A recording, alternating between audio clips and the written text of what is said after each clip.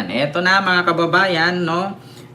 Umpisahan na natin itong ating pag-uusapan na patungkol dito sa binisto nga ni Boying Rimulya. Diba? Nako, ito naman pros agkang hello po and kay Olympia Ronquillo, hello po. So, eto na mga kababayan, according nga dito kay Boying Rimulya, no? Na kalukuhan ang sinabi ano to? Kalukuhan mga kababayan ang sinabi nitong 18 Marines. Bakit? Bakit mga kababayan? Sabi nga ni Ombudsman Boying Rimulya, paanong hindi kalukuhan itong sinabi ng 18 ex-Marines di umano na bagman ni Saldico na nakita daw nila na si Boying Rimulya ay kausap itong mga ICC investigator. So sabi ni Boying, hindi ko itanggihan na nakausap ko sila. Pero pagkatapos na yan ng pag-aresto kay Digong. At pangalawa, be fair naman sila. Kasi unfair naman na ako lang ang umamin. Tapos sila, paano nila aminin na nandoon sila nakaaligid sa bahay ko? Walang 18 tao na nakaaligid sa bahay ko nung nakausap ko ang ICC prosecutor kasi hindi po sila sa bahay ko nakipag-usap sa akin, di ba? Diyan tayo mga kababayan, hindi talaga nagmamatch ang mga statement nitong 18 tawag dito 18 Marines, mga kababayan. Kasi si Boying mismo nagsabi, paano nangyari na nakita daw siya ng 18 Marines na nakipag-usap sa ICC prosecutors or investigador dito sa Pilipinas sa bahay daw niya. Ang sinabi ni Boying, hindi naman sa bahay namin nakipag-usap yung mga yon. At wala naman pong 18 tao na umaaligid sa bahay ko. At paano mangyari mga kababayan mapunta ang 18 tao sa bahay ni Boying? Paano daw niya papapasukin doon i-village ang bahay nila? Sige nga, tanungin niyo mga kababayan, paano makapasok ang 18 Marines na yan sa village nila? Kung hindi naman sila taga doon. Paano sila basta-bastang makapasok? Sa village. Yan ang tanong mga kababayan. Ang village po nitong mga politikong ito, alam po natin kapag mga may politicians na nakatira sa village, exclusive po yan. Kung hindi ka po taga dyan at wala kang sticker o wala kang pakay or hindi makausap ng mismong guard, ang tao na patutunguhan ninyo, hindi kayo papapasukin. Ganun po yan. Kahigpit mga kababayan. Ito mga kababayan ito, ipakita ko sa inyo mga kababayan, itong sinabi ni Boying Rimulya. Naku, ito mga kababayan. Ayan, kita nyo Pilipinas Today yan mga kababayan. Pilipinas Today, Boying Rimulya. Ito po, sabi ni Boying mga kababayan, inihayag ni Ombudsman Jesus Crispin Boying Rimulya na 6 mula sa 18 pagkakilalang mga former Marine soldiers na nagdawit kina Pangulong Ferdinand Marcos Jr. at iba pang opisyal ng gobyerno sa katiwalian ay nahaharap di umano sa kasong murder or pagpatay. Sa panayam ng media noong Huwebes, Marso 5, nagpahayag ng paniniwala si Rimulya na nakisawsaw lamang ang mga ex-Marine soldier nang lumantad sila upang idiin ang mataas na opisyal ng gobyerno sa mga anomalya sa proyektong infrastruktura. Bigo namang magbigay si Rimulya ng karagdagang detalye tungkol sa di umano'y murder case na kinaharap ng 6. Bukod kay Marcos, idinawit din ng 18 individual na si Rimulya at mga opisyal ng International Criminal Court or ICC na di umano'y tumanggap ng mali-malitang salapi para iporsige ang kaso laban kay dating Pangulong Rodrigo Roa Duterte na kasalukuyang nakakulong sa ICC Detention Facility sa The Hague, Netherlands. Inamin naman ni Rimulya na nakipagpulong siya sa ICC investigator nang magtungo sila sa Pilipinas upang mangalap ng ebidensya at testigo laban kay Digong. I was Secretary of Justice. We talk about witness protection. Filipino who testified or will testify at the ICC have been kept safe. They are asking for help. Can we refuse them? We cannot refuse them, sabi ni Ombudsman Rimulya. Noon dati pa mga kababayan, isa siyang DOJ Secretary. So itong mga witness laban kay Digong mga kababayan, kailangan po yan na ilagay natin sa witness protection program kasi delikado po ang buhay nila. Presidente yan eh. Or ex-president yan. Alam naman po natin na may mga guns. Si Bato nga, ang laki ng radar. Si Digong pa kaya. Si Bato nga, PNP chief lang noon. Naging senador ngayon. Ang lakas ng intelligence ni Bato. Si Digong pa kaya na naging presidente noon. Di ba? Kaya delikado ang buhay, mga kababayan. Nanay Minda, hello po. Delikado ang buhay nitong mga witness. Kaya kailangan po talaga ni Buying makiusap dyan sa ICC prosecutor. At mga kababayan, inamin naman po ni Buying, mga kababayan, na nakiusap siya. Pero hindi po nakaaligid itong 8 tao sa bahay nila. Kasi hindi naman po sa bahay nila nakikipag-usap, sa opisina po nila, sa DOJ. Ngayon mga kababayan, ito po, no, panoorin po natin itong sinabi ni Buying. Inamin ni Buying, mga kababayan, no, Buying. Ito umamin. Ayan, umamin si Buying. Ayan, panoorin natin mga kababayan. Buying Rimulya. Inamin ni Buying, mga kababayan. Ang problema lang kasi, paano nangyari? Ito. Kay Senator Trillanes, kayo raw ay nakipagpulong kay Senator Trillanes, General Nick Torre, para daw po with the ICC investigators. Totoo po ba yun? Sa bahay niyo raw po sa Bel Air, Makati. Ayan. Totoo yun. Nani- Nag-usap ako sa Trillanes, pinakilala niya sa akin yung ICC, yung ibang dalawang personal na ICC. Kasi nga, meron kaming usapan na ang testigo dapat protektahan. Tama. Yung testigo na ICC. Since we're in the DOJ, kinakailangan gawin namin yun. Mga Pilipino kasi mga testigong to. Sir, when was this po? Last, hindi ko na maalala. Maybe less than a year ago. Parang gano'n, no? Less than a year. Opo. At sinasabi, sir, dapat hindi niyo daw po ito ginawa kasi kayo daw po ay Justice Secretary noon. Bakit? Ba't hindi? Ang nakasalalay dito, buhay ng mga testigo. Tama. Kailangan protektahan natin ang tao. Oo, testigo yan eh.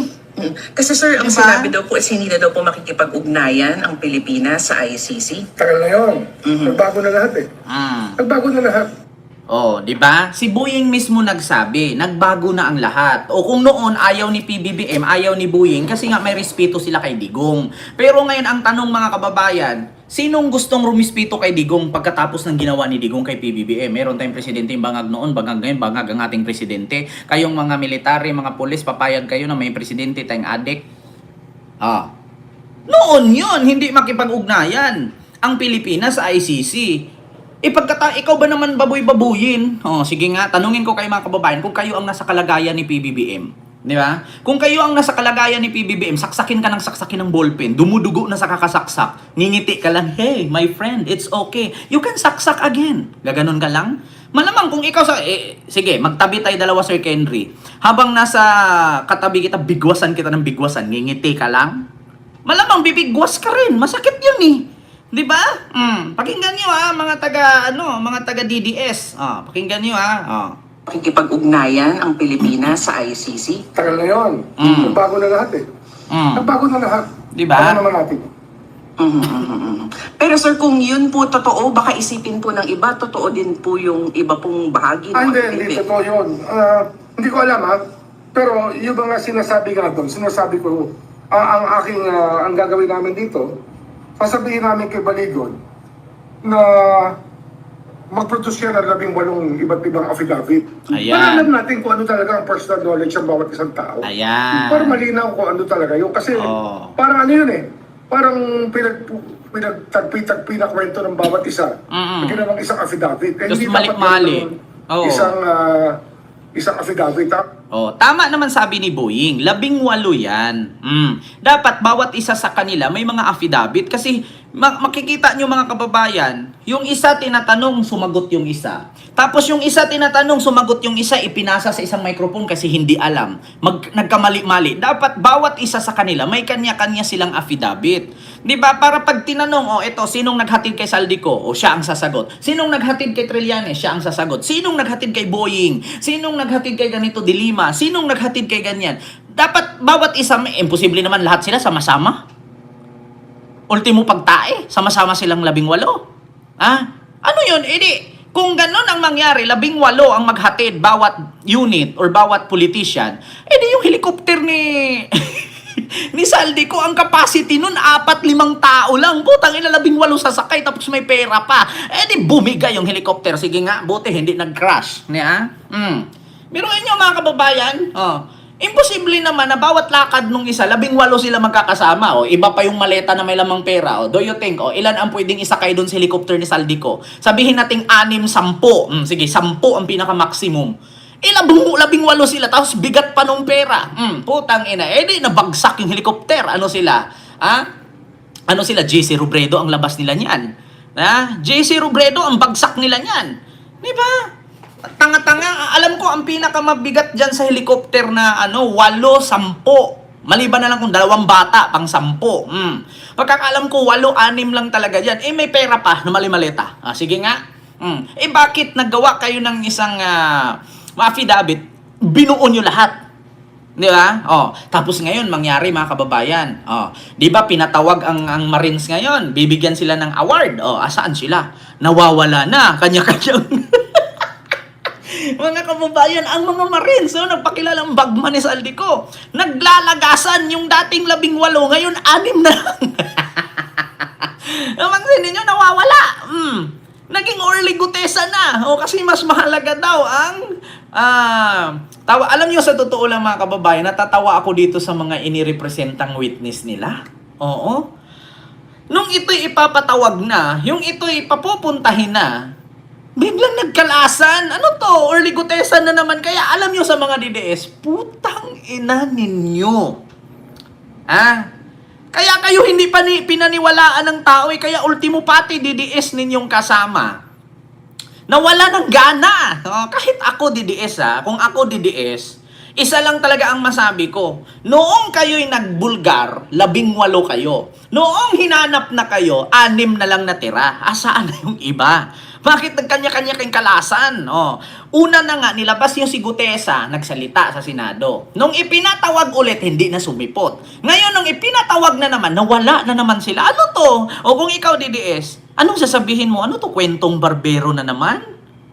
Kaya alam nyo sa totoo lang, kaya hindi naniniwala ang mga Pilipino sa mga sinabi ninyo na kwento na yan. Kasi bakit? Nangyari na kay Gutesa yan. Pinalabas ninyo, pinalantad ninyo. Ang sabi ni Chavit Singson, hawak daw ni Romualdez. Ang sabi naman ni Mike Defensor, okay naman daw si Gutesa. Pero bakit nung pinapatawag, hindi sumipot? Tapos itong 18 Marines ngayon na ipapatawag na para mabigyan sila ng tawag dito, mabigyan ng saysay itong mga sinasabi, hindi na nagsisiputan. So, paano kayo papaniwalaan ngayon? Di ba? Ay, Diyos mio, Marimar. Continue. David, you swear to the truth. The whole truth and nothing but the truth. And of your own personal knowledge. Yun ang challenge natin. Kayo raw ay nakipagpulong. Di ba? Girl, Wala na, mga kababayan. umami na si... Ayan na naman si Dunang Panot. Pumasok ka naman sa politika. Kay FLM ka noon kita nyo mga kababayan, wala na. Mahirap. Ay nako, ewan ko lang. Ayaw ko na magsalita Alam nyo, daig nyo pa yung daig nyo pa yung mga matatandang lasing na uminom ng tuba Di ba? Itong mga yung 18 Marines, isa lang masasabi ko sa inyo, mga lasing ba kayo? Kasi dati, yung mga matatanda sa amin, yung mga kaibigan ng lolo ko sa probinsya, pag nag-inom ng tuba, alam mo yung kwentong hapon. Yung kwentong hapon, no, panahon daw ng hapon, meron daw malaking puno, ang tawag sa Bisaya, batang. Yung lumang puno na bulok na yung gitna, ginawa nilang bahay-bahay. Pag nagsaing daw silang ganyan, pag dumaan daw yung turatura tawag ng eroplano ng hapon, turatura. Ang gagawin daw nila noon, yung apoy, tatabunan lang lupa para hindi daw mausok. Tapos pag meron daw silang mga alagang baboy, kinakatay daw nila yun, nilalagay sa kataro, tapos nilalagyan ng asin, inasin daw nila yung baboy. Kasi pag nakita daw ng mga hapon, kinakatay daw ng mga hapon yun. Mga alagang baboy, baka, ganyan. Tapos pag narinig narinig na daw nila na puputukan na sa dulo, ito daw mga Hapon, mali, ang ano daw ng mga Hapon, di ba meron silang helmet, tapos may takip dito sa gilid? Street lang daw ang lakad ng mga Hapon. Kaya ang mga Pilipino daw, mga kaibigan ng lolo ko, nasa ilalim ng damuhan, nakadapa. Kasi bakit? Hindi, ang Hapon daw, pagka isang batalyon yan naglalakad, ganyan, street lang. Kasi may takip, parang kabayo ba? Na may kalesa. Takip lang daw dito yan, may takip dito yung helmet ng Hapon. Kaya ngayon mga kababayan, parang ganun lang. Ang kwento nitong 18 Marines, para silang nag-inom ng tuba na nalasing na koter. Alam mo yung tubang koter na hinaluan ng itlog? Tapos Milo. Pag nalasing na, kung ano-ano na English, English na lumalabas sa salita, tapos kwentong Hapon. Tapos pagka umaga, pag tinanong mo, hindi na maalala, kay nag-igit-igit na. Hindi, sa sobrang kalasingan, kung ano-ano nang ginagawa, nagkaka-English na ang salita, minsan nag-i-Spanish na nga. Ganyan ang nangyari dito sa 18 Marines. Tapos ngayon, nung hinanap sila mga kababayan, hindi na mahagilap. Diba? Kita ninyo? 18. Tapos kanina, gagawaran sila ng ano ba yung maggagawad sa kanila? Bibigyan sila ng award. Putang ina, ang sumipot, 4 lang. Ano na nangyari? 18, 6, tapos naging 4. Baka bagulat tayo, isa na lang matira dyan. Diba? Kita nyo mga kababayan? Ay, Diyos mio.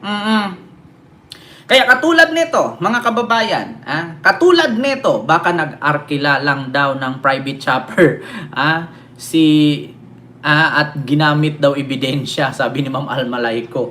Naku. At saka mga kababayan, hindi po sila pwedeng mag-arkila dun sa helicopter ni Saldico kasi bakit personal po niya yun. Oo. Kung mag-arkila man sila, pupunta na lang sila sa aviation doon sa may NAIA. Ayan.